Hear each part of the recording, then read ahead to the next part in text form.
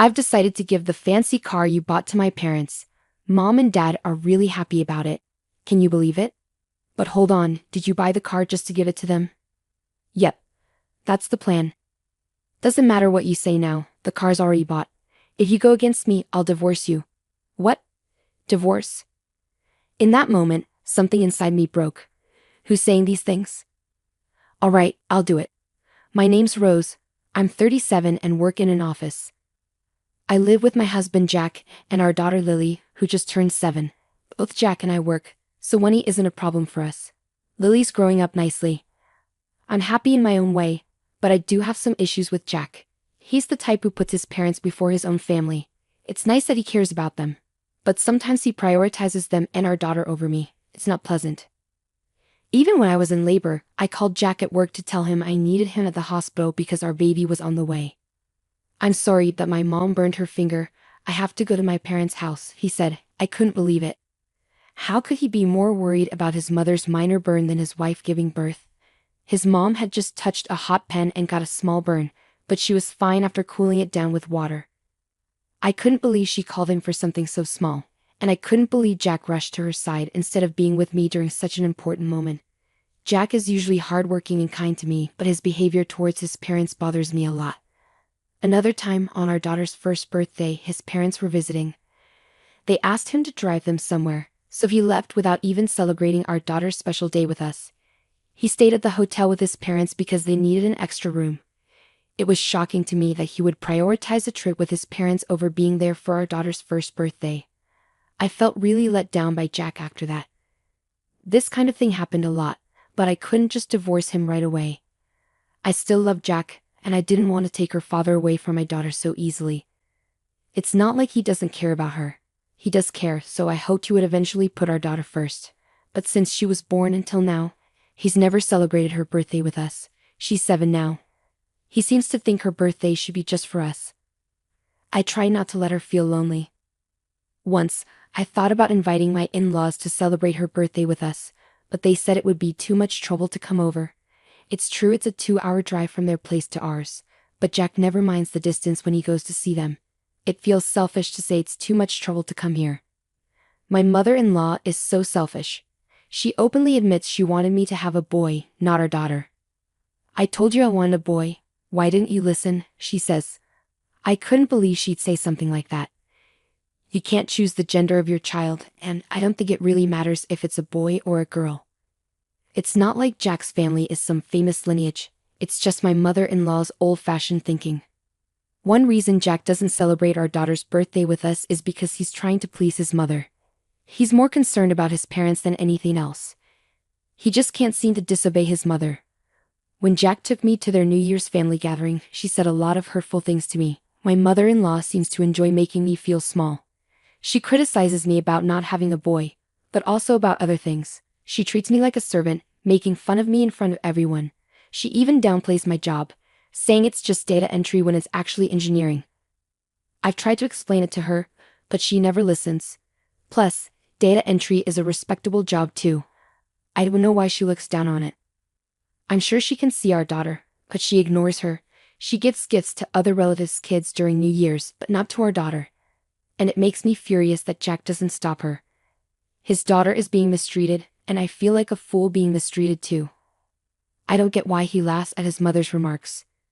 He even says, "My wife isn't much without me," trying to look good in front of everyone. I didn't want to take her father away from our daughter, so I tried to be patient, but my love for Jack started fading away. Then one day, Jack asked me for a favor. "I want to buy something," he said. "What is it?" I asked. "A car," he replied. I was shocked. Jack never cared much about cars or anything like that. "Why all of a sudden?" I asked. "I just thought it'd be nice to have something new, you know. I drive to my parents' house a lot, so I thought it'd be good to freshen things up. But we live near a supermarket. I don't drive much. I'm not into cars, so I thought you should decide. You'll be the main one using it anyway." Jack looked pleased and then added with a hint of apology. "Oh, one more thing. I'll choose the car and I'll let you pay for it." Jack wants a car for himself, but he can't afford to buy one on his own. He wants me to pay for it. Actually, my salary is what supports our family financially, and I don't expect Jack's salary to cover our expenses. When I was on maternity leave, Jack didn't contribute his salary to our household, so I went back to work right after giving birth. Luckily, I'm an engineer, so I arranged with my company to let me work from home. I work while taking care of our daughter. When she was little, I felt it was selfish of Jack to spend his leftover money on himself and then ask me to pay for a new car. But when he's in a good mood, he often helps out with our daughter, so I decided to go along with it. Okay, are you sure? I asked. Thank you, Jack replied happily, already looking at car catalogs and browsing the internet. We don't need a big car since it's just the three of us, I said. Yeah, I know, Jack mumbled in agreement. I wasn't sure if he was really listening as he headed to the car dealership. He chatted with the dealer from time to time. About 2 weeks later, Jack said he was ready to buy the car and took me to the dealership. He was so excited about it. I sat down and waited for Jack to tell me what to do. Suddenly, the dealer brought over a contract and showed us the car, a large luxury minivan. Oh my God, are we really buying this? I asked, surprised. Yeah, it's nice. I'm really excited, Jack replied enthusiastically. Wait a minute. I don't think we need such a big car. Maybe it's better to get something sleeker for the future, especially if we plan on having another baby, I suggested. But Jack insisted it was a good choice, which caught me off guard. Even if we do have another child, this car is too big for a family of 4. Are we really going to buy it? I asked repeatedly, feeling frustrated. Jack seemed annoyed. Why do you keep saying the same thing? You're making the dealer uncomfortable. You're the one who said, "Leave it to me," he argued. I did, but I didn't expect this, I replied. It's settled, Jack said, signing the contract. Then the dealer told us the price, which shocked me. I can't pay this all at once. We need to get a loan or something, I said. Fine, I guess I don't have a choice, Jack conceded. Jack insisted on signing the contract in his name, so we have to take out a loan. From then on, I would deposit the money into Jack's account and handle the payments for the car loan. That's how we ended up buying the car. When it arrived at our house, Jack was thrilled. Wow, it's so cool, he exclaimed. I thought, if it makes him happy, why not? But then something unexpected happened. One weekend, Jack had the car keys, so I asked him if he was going somewhere. Oh, we're going to my mom and dad's, he said casually. Okay, I replied. He was leaving our daughter behind again to visit his parents. Are you taking the car? I asked, and to my surprise, Jack happily said, Yes, I've decided to give the luxury car you bought to my parents as a gift. What? Mom and Dad are happy with it. I protested. Well, I'll drive you in it every time we go out, he reassured me. Wait a minute, you bought it as a gift for your parents in the first place? I asked incredulously. Yes, that's right, Jack confirmed. You're joking, right? You said you wanted it, so I agreed to buy it. If I knew from the start it was for your parents, I never would have agreed, I argued. Too late now. It's in my name, and I can do what I want. If you disobey me, I'll divorce you, Jack threatened. Divorce. At that moment, something inside me that had been holding me back collapsed. I had my issues with Jack, but I always held back from considering divorce because of our daughter. Even though Jack always prioritized his parents over us, I believed he still cared about his own family, me, and our daughter. But now, he was ready to cut us out of his life just to please his parents. How could he do that? Divorce? Who does he think he is? Fine, let's get a divorce, I said, my anger boiling over. What? I don't want you around anymore. Go back to your mother and father, mama's boy. I taunted him, hoping to provoke a reaction. Just as I expected, Jack's face turned red with anger. You're mocking me, are you?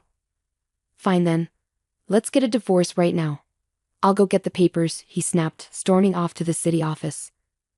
While he was gone, I started packing my things. I called my parents, explained the situation, and asked them to come pick me up. I told my daughter to pack her belongings too. Shortly after, Jack returned with the divorce papers. I've got them signed quickly, he said, handing them to me. His handwriting on the forms was so dark and angry. It looked like he had written them in a fit of rage. Without hesitation, I signed my part of the papers. Well, I'll file it, so why don't you just go? I said, feeling a mix of relief and sadness. I'm leaving even if you don't tell me to. You've been a terrible wife, Jack spat out, his footsteps echoing loudly as he stormed out.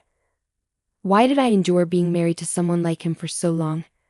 If I had to do it over, I should have left him sooner. But there's no point in regretting today. I'm thankful that I finally have the courage to leave, and from now on, I'll do my best as a single mother. A few minutes after Jack left, my parents arrived. Together, we finished packing our things. Loading them into my parents' car, we headed home. In the meantime, I filed the divorce papers and my divorce from Jack was finalized. It was just a piece of paper, but as I submitted the papers and realized we were no longer officially married, I suddenly felt much lighter. Then I resolved to find a new place for my daughter and me to live together. About a week after Jack and I divorced, I went to my parents' house with our daughter. To my surprise, I found my ex-husband and his parents there. My mother quickly took our daughter to another room, sensing tension. Jack seemed agitated and started bombarding me with questions about the car insurance. "What's wrong with you? Why are you coming into our house like this?" I responded coldly, while his parents raised their voices in defense. My father, quietly angry, told them to leave. When they hesitated, he threatened to call the police. Frightened, my ex-in-laws fell silent. "Hey Rose, what's the deal with the insurance payments?" Jack persisted. I sighed. "Didn't you insist on putting everything in your name when you signed the contract? You bought the car and took out the loan, so you're responsible for the insurance too." My words shocked his parents. Jack had taken out the loan out of pride, insisting on owning everything himself. "Well, I never wanted that car in the first place. It's his problem now," his mother muttered. Suddenly, I realized why they were so frantic about insurance. Apparently, they had crashed the car into a guardrail while driving too fast. I hadn't noticed the damage when I arrived, but now it was clear. Since they didn't have insurance, they would have to foot the entire repair bill, including the guardrail damage. Repairing a luxury car would be costly, and I couldn't help but wonder how much it would set them back. In the end, my ex-husband and his parents returned the car and had to pay a hefty sum for the repairs. Afterwards, Jack bombarded me with emails begging to get back together. He even confessed they couldn't afford rent and utilities, so he moved back in with his parents. However, their relationship soured, especially since Jack was the one driving the car during the accident. Now he's stuck between his parents' harsh treatment and his own debts, unable to live independently. Despite all this, Jack still insists on seeing our daughter, but I refuse to allow it. It's too selfish of him. I ignore his emails and keep our new living situation a secret. My only concern was whether our daughter would miss him, but to my surprise, she seems perfectly content and happy in her new life. I'll continue to work hard to protect our daughter. Putting your parents before your own child and making your wife pay for everything while gifting the car to your parents, that's just unacceptable. Jack brought this upon himself, and he deserves it. I hope Rose and her daughter find happiness together.